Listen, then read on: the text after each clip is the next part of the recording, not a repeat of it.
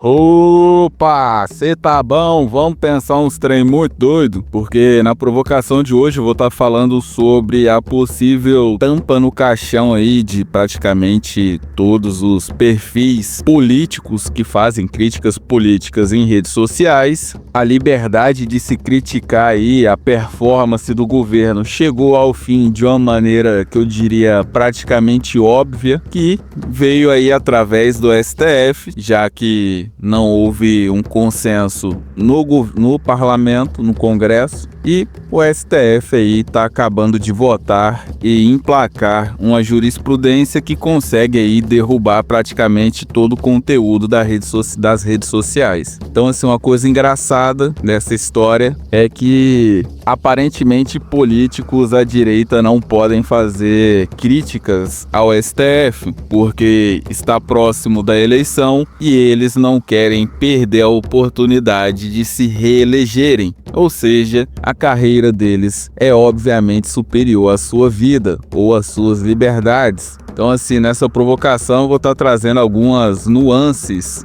por detrás dessa jurisprudência que podem ferrar a sua vida e também aí algumas maneiras de você se livrar dessa pornochanchada. Antes disso, aquela velha troca de sempre. Se você já segue o canal, já acompanha há algum tempo, deixa o seu like, se inscreva no canal, caso ainda não seja inscrito, e considere aí fazer uma doação de R$6, QR Code está aqui no canto superior da tela, R$6 por 2 provocações, 50 centavos cada provocação, uma bela pechincha. E caso você tenha chegado aqui de paraquedas pela primeira vez, seja bem-vindo, deixe o seu like, siga o canal e se tiver sobrando aí, considere também fazer uma doação. É uma troca simples, você ajuda meu canal e eu te entrego uma provocação. A provocação de hoje vai ser sobre o mundo digital. A essência do que eu vou estar trazendo é a volatilidade digital. O mundo digital ele é muito volátil em relação à percepção e opiniões das pessoas.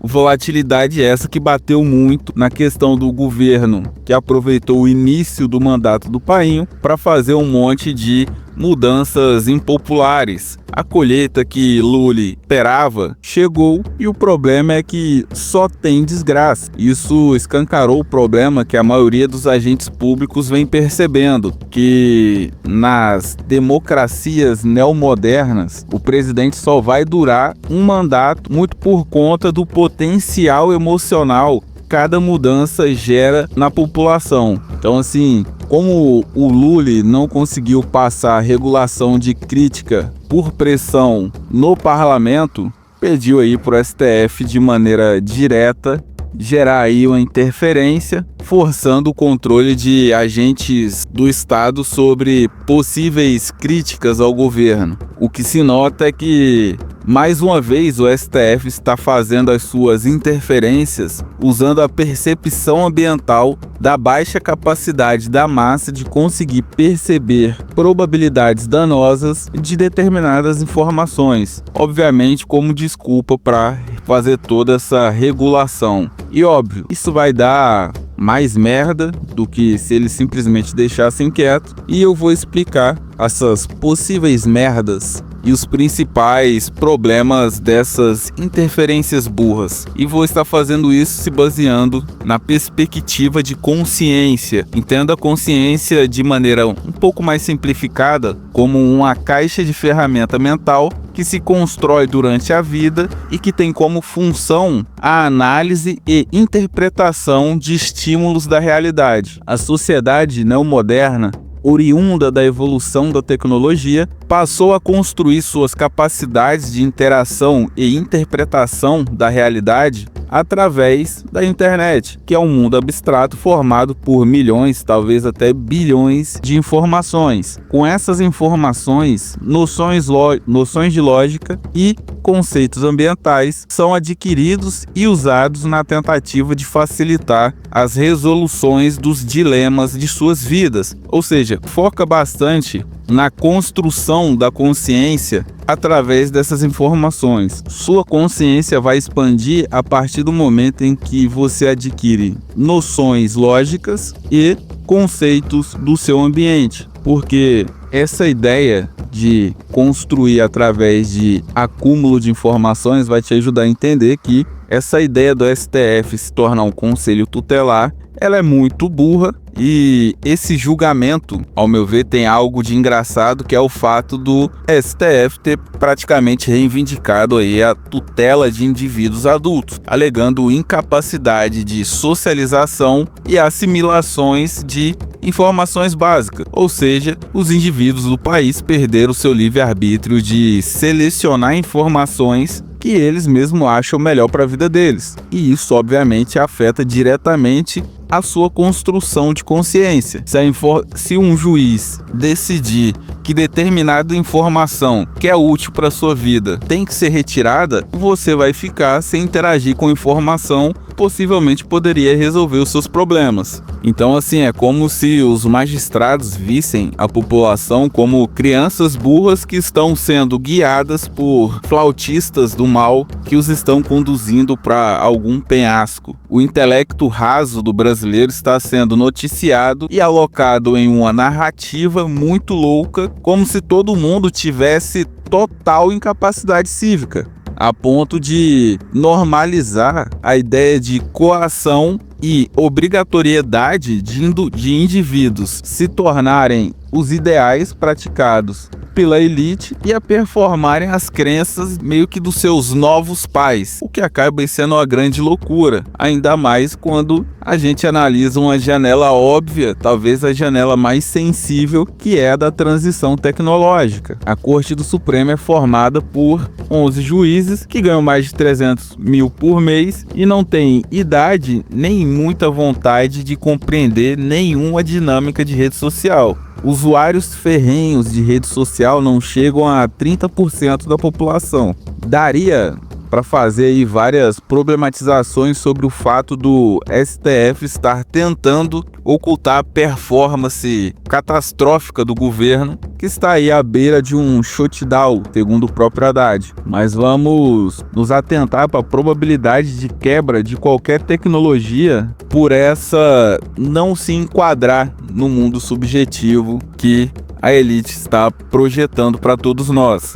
Mas o que me preocupa ainda mais é a facilidade que uma narrativa merda tem de conseguir derrubar qualquer liberdade digital que temos no país. Então, assim, estamos a 2 passos de um salto civilizacional histórico global, e o que me vem em mente são as possíveis dificuldades que inovações tecnológicas terão de chegar no país, não pelo fato de termos uma carga tributária de 130% sobre tecnologia, porque é coisa de rico, mas sim pelo fato de 11 senhores de idade que não têm noção nenhuma de mundo digital legislarem por princípio de manutenção de status quo e simplesmente terem aí o direito de acabar com qualquer coisa no país, porque sim, apenas se baseando na ideia de amadurecimento social. Eu não sei se tu já percebeu, mas essa ideia de que a sociedade ela tem que amadurecer, ela é a base de toda crítica que esse pessoal está fazendo. Estão amarrando o positivismo brasileiro, se amarrou em uma âncora desgraçada chamada amadurecimento social. E obviamente fizeram isso porque falta senso de proporcionalidade. Talvez seja aí o único argumento, ao meu ver, que dá para se utilizar contra essa empatia digital. Seres humanos com mais de 16 anos têm a obrigação de ter uma noção mínima sobre a realidade, a modo de não obrigar o ambiente a socorrê-lo sempre.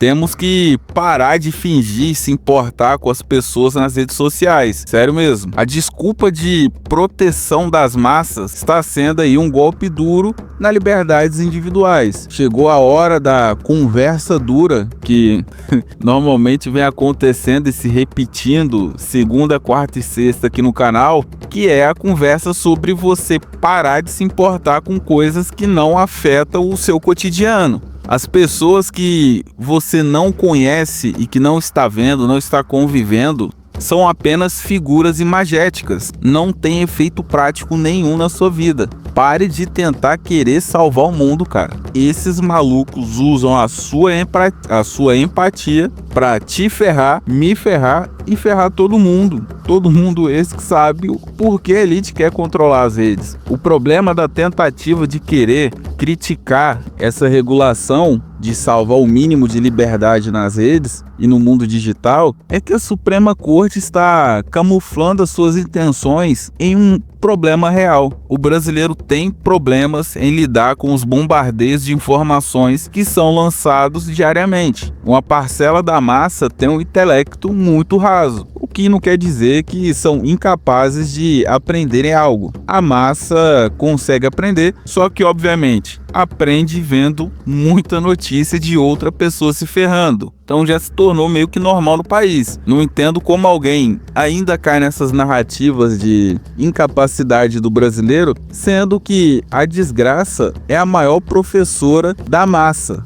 E essa desgraça, essa professora da desgraça tá no país da desgraça. Ou seja, vamos evoluir de alguma maneira, por mais mórbida que ela seja. Então assim, a gente vai ter que analisar a sociedade no futuro através do darwinismo social. Não dá para travar tecnologias no Brasil por conta de narrativas burras sobre a óbvia dificuldade de pessoas com mais de 45 anos de usarem redes e ferramentas digitais. Até porque toda essa regulação é apenas gambiarra de vigilância anti-Nicolas. Pra ser honesto, o pessoal só quer derrubar os videozinhos de camisa preta do Nico, sem ter que se constranger publicamente. Então assim, o problema óbvio que muita gente não percebe é que o país quebra em 2028. Seria essas ferramentas uma opção que serão usadas para manter todo mundo calado, sem reclamar que vai ter um monte de zumbi louco, sem dinheiro, sem acesso, sem comida? Fica aí o questionamento, porque essa idiotice de censura de rede social só vai gerar mais atraso. O mundo começou a se integrar com inteligência artificial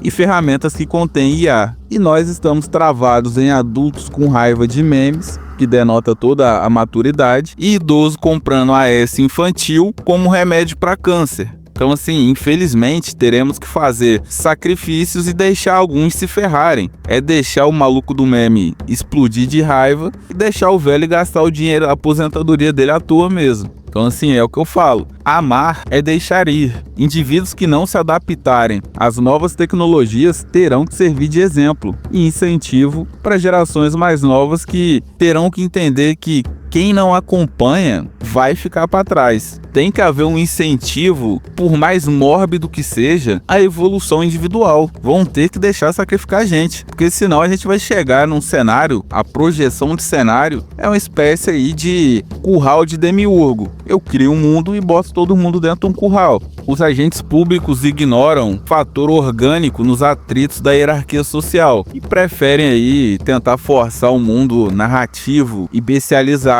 onde as imperfeições do ideal base desse mundo subjetivo são apenas aí um processo evolutivo. Confia que vai melhorar. No fim, eles só querem trancar todos em um mundo subjetivo que consiga justificar e alocar toda a incapacidade cognitiva e metodológica de agentes públicos ligados a eles, as elites que controlam o país. Então assim, essa tentativa de implementar um mundo subjetivo com as velhas desculpas de proteção social fica cada dia mais evidente que só é algo mesquinho e baixo como a sua própria capacidade, somado aí com a descaratez de continuar no poder mesmo percebendo que está sendo um desastre social. Essa merda só é uma demonstração infantilizada de apego ao poder, mesmo que a ocupação do espaço público desse indivíduo, desse agente, esteja aí ferrando e colapsando o país. Viveremos aí em um curral guiado por imbecis, porque sim,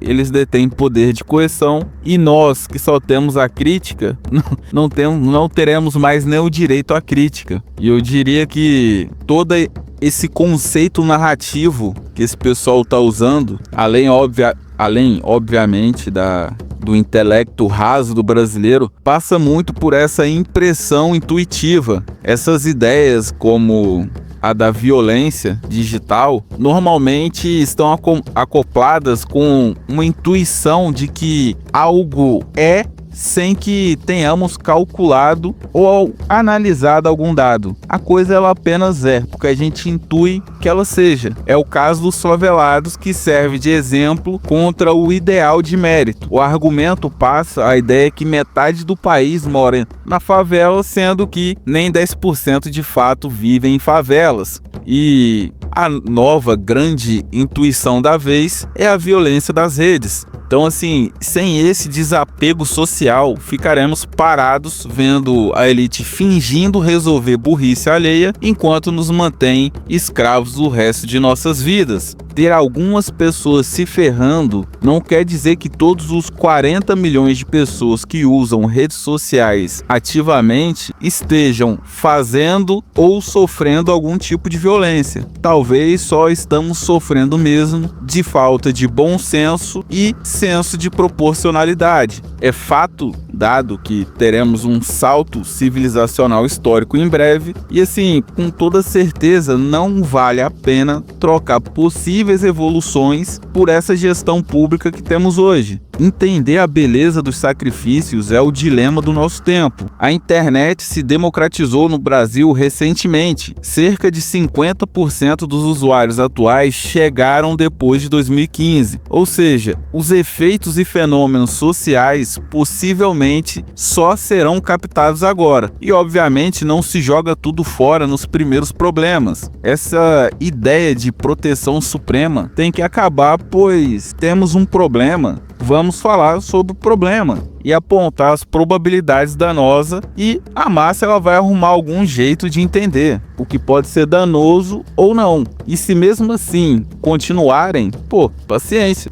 Estamos na inoxidável democracia, não é mesmo? Então, assim, indo para o segundo bloco, vou tentar construir aqui alguma maneira de acelerar esse processo de maturação mental para que a gente consiga aí se livrar dessas narrativas de positivismo que o pessoal está tentando emplacar. E talvez aí uma boa perspectiva, uma boa ideia seja analisar a ideia de interação na realidade, pois existem vários filtros sociais e econômicos que impedem a interação de indivíduos com a gama quase infinita de existências na realidade. Talvez reduza bastante o problema se explicar que todo mundo está algemado à sua realidade e ao seu próprio cotidiano. O mundo digital e as redes sociais permitem uma sinceridade e um grau de loucura que as hierarquias ambientais não costumam a permitir. No mundo real, todo o ímpeto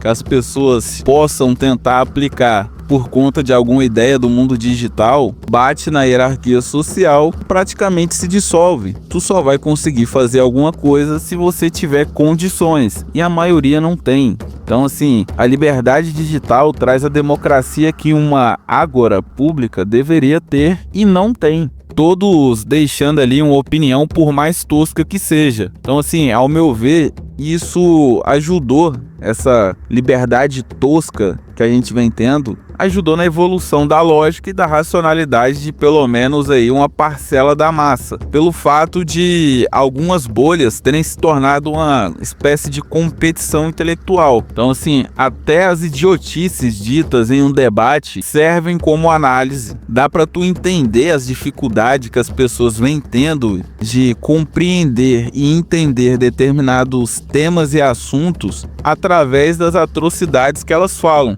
porque isso faz parte de uma vivência digital, que, ao meu ver, é a parte mais essencial das nossas fusões com as tecnologias atuais e futuras. É a peça fundamental que dá sentido e que auxilia na capacidade dos indivíduos de construírem noções específicas sobre o mundo digital e as suas ferramentas. Me parece óbvio que um país que não tem noções e condições básicas de leitura vai errar um pouco nessa construção. Porém, é engano achar que vai dar para amadurecer toda uma sociedade apenas vivendo de teoria. as demandas do futuro exigem uma capacidade que só vão alcançar quem tiver aí uma boa noção do que é bom e do que é ruim. Tipo os adultos na pré-internet que viviam das suas noções do que é bom, do que é ruim,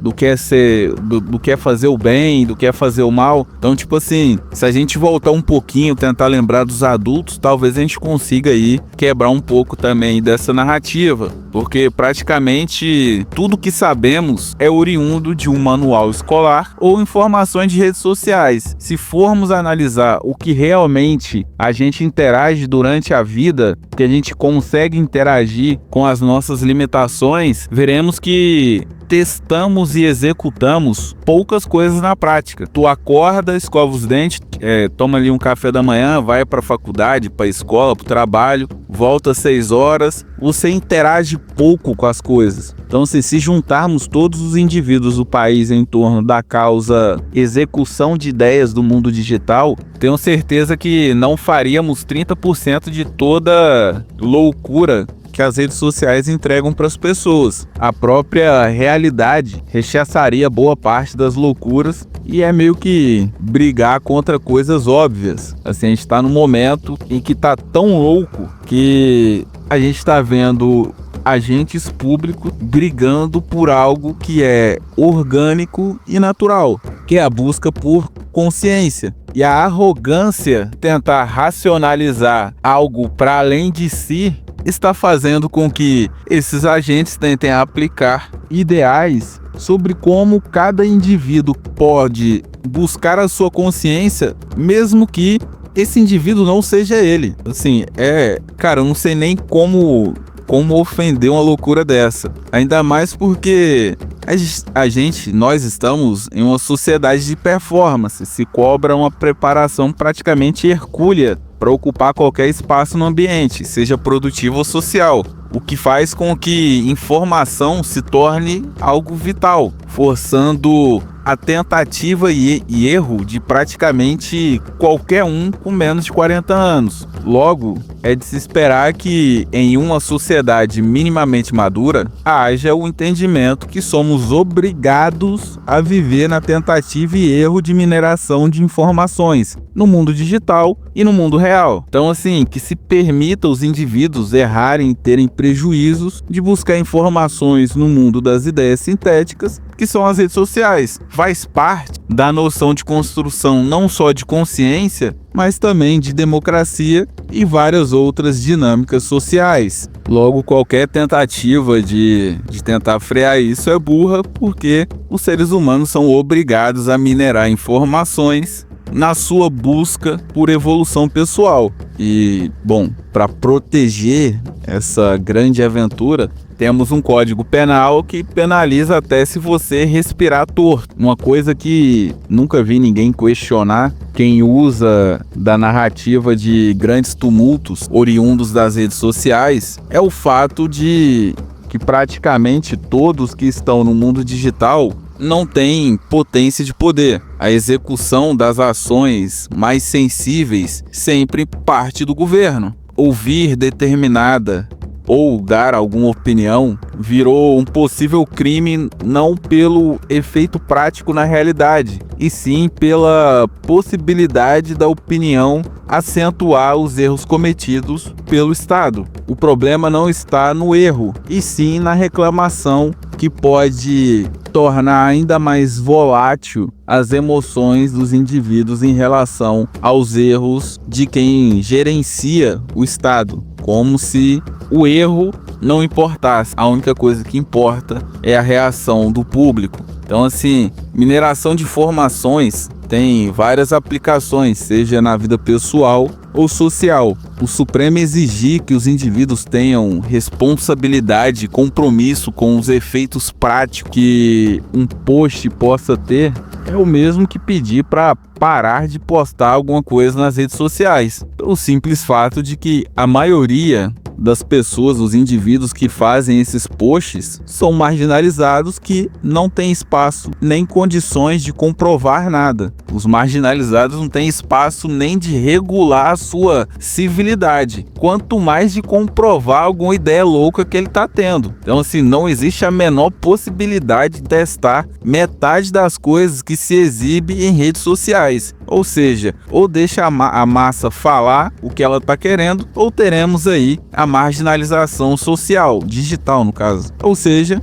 a bestialização de quem não consegue se regular só vai aumentar, porque normalmente a massa fala algo e alguém fala, cara, tu é burro. E a massa dá um jeito de ir se corrigindo, até porque a gente está em uma teocracia, a gente segue um monte de imagens. Praticamente imagem é um conjunto de informações e a gente performa essas informações. Assim, informação é o novo petróleo e isso é algo que todo mundo fala, todo mundo sabe. As celebridades que formavam cultura e influenciavam a massa deram espaço para celebridades que performam informações com valor agregado. Ao invés de controlar a quantidade de influências, como já ouvi alguns soltando esse papo meio torto, ou pior ainda, banir influencer para a população amadurecer sem alienação, por que não só demonstrar os erros até o povo entender, como já está sendo feito? Já houve aí uma pequena redução de aposta e tigrinho, por exemplo, muito por conta da crítica a quem perde tempo com isso, feita por vários influencers. Então, assim, os influencers se tornaram uma espécie de teste de laboratório sobre consumo e experiência. E não dá para tu negar que isso seja algo positivo para evitar que as pessoas gastem dinheiro à toa com coisa ruim. Então, assim, no campo ideológico, quase tudo é subjetivo. Falar em certo e errado é partir de uma prepotência totalmente alienada. A alienação não está na população, está em quem acha que existe certo e errado, se baseando na sua própria ideia de mundo. Esse senso de vulnerabilidade que o pessoal está tentando emplacar acaba tornando tudo proibido por ser um grande risco. Isso só esvazia o debate público pelo fato que as pessoas estão deixando de ter o direito de errar, pois o direito a erro está sendo cooptado para fazer controle de classe social e econômica por parte aí da elite, que ignora que, cara, vamos ter que evoluir civilizacionalmente, independente de qualquer coisa, vamos ter que evoluir, e para se ter um salto civilizacional é necessário construir uma base apelando pro desenvolvimento pessoal, tanto de indivíduos do topo quanto os da base. Em um país do tamanho do Brasil, ao meu ver, é necessário pelo menos aí 30% de indivíduos que tenham a capacidade aí, sei lá, 3 de 5, 6 de 10 de operar no mundo digital, para que possamos sonhar dar um salto junto com o resto do mundo. E só vamos chegar nesse número aí se a gente ficar desmistificando tigrinho, bet, iPhone de R$10. Os erros são necessários para a criação de caráter da população. E não é como se os 40 milhões de usuários mais ativos estivessem todo mundo tomando golpe ou dando golpe. E sim, eu sei que esse controle sobre a opinião é coisa das elites que querem manter aí geral no controle. Já falei isso 200 vezes, tô sendo até repetitivo.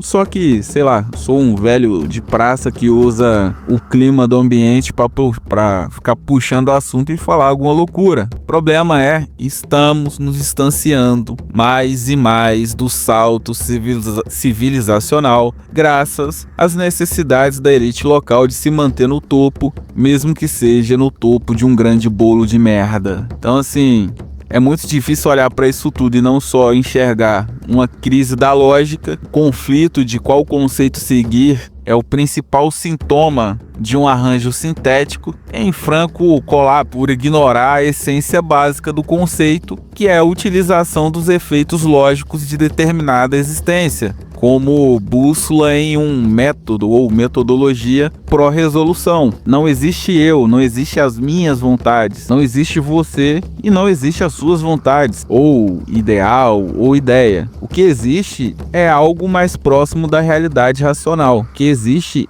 é um conjunto metodológico que se aproxime da resolução lógica e racional. Não existe eu, não existe você, só existe a realidade. A dialética, que tinha por função existencial a depuração dos fatos para se encontrar esse melhor conceito, esse melhor encaixe, acabou se tornando antiquada por expor as fragilidades dos sonhos molhados de ideólogos sem infância, nos levando aí para só uma crise racional. O iluminismo lutou para que os indivíduos tivessem o seu livre-arbítrio de associação sem pressões do ambiente. Ao aproximar a massa de sua gnose, se percebeu que dentro das dinâmicas sociais já existia uma liberdade de organicidade orgânica em torno de trocas de resolução. Na pós-modernidade, os pseudos iluministas voltaram a criticar instituições escravagistas como se a própria realidade já não lhes tivesse demonstrado sobre o porquê dos indivíduos se associarem a algo. Então, assim, é muito tosco vê-los criticarem a própria realidade enquanto correm atrás dos próprios rabos, sendo obrigados pela realidade a entender a realidade novamente. Essa tentativa de forçar uma racionalização na massa acaba gerando aí o escalonamento de histeria ideológica pela somatória de pressões democráticas que acontecem sobre os agentes públicos e essa literatura pseudo-iluminista que se permite ignorar aí a função existencial básica de qualquer associação, que no caso é a busca de resolução de propósito existencial. Explicando melhor, a pressão e a crítica sobre a metodologia e a burrice usada, se baseando em uma literatura subjetiva, vai matar um instinto natural social para que a elite se mantenha no erro, se mantenha burra, trágico. Então, assim, para fechar a provocação de hoje, moral da história, é só uma ruptura social. A elite sempre teve muita vantagem sobre o restante da massa. O diferencial é que agora a violência é descarada quando se analisa aí a burrice das narrativas usadas para positivarem o Estado. É aquele velho problema, que é a falta de profundidade intelectual do brasileiro, que está sendo usada como se fosse uma incapacidade total, uma óbvia narrativa ideológica. Tudo isso aí para nos mantermos nesse mundo do cão, mundo de demiurgo, e a saída para manter o controle é formar aí, ou manter um mundo enganoso que possa justificar o absurdo administrativo de Lully, ignorando a organicidade dos indivíduos em busca de justificar crenças ideológicas. É aquilo, a realidade, ela é dura, então toda essa narrativa de periculosidade é uma grande mentira. Se você pegar aí o cosplay de bigode de Chique Chique, por mais que receba donates para ser loucão, ele está preso ao seu ambiente. Caso ele se assanhe, ele só será amassado por uma horda de baianos raivosos.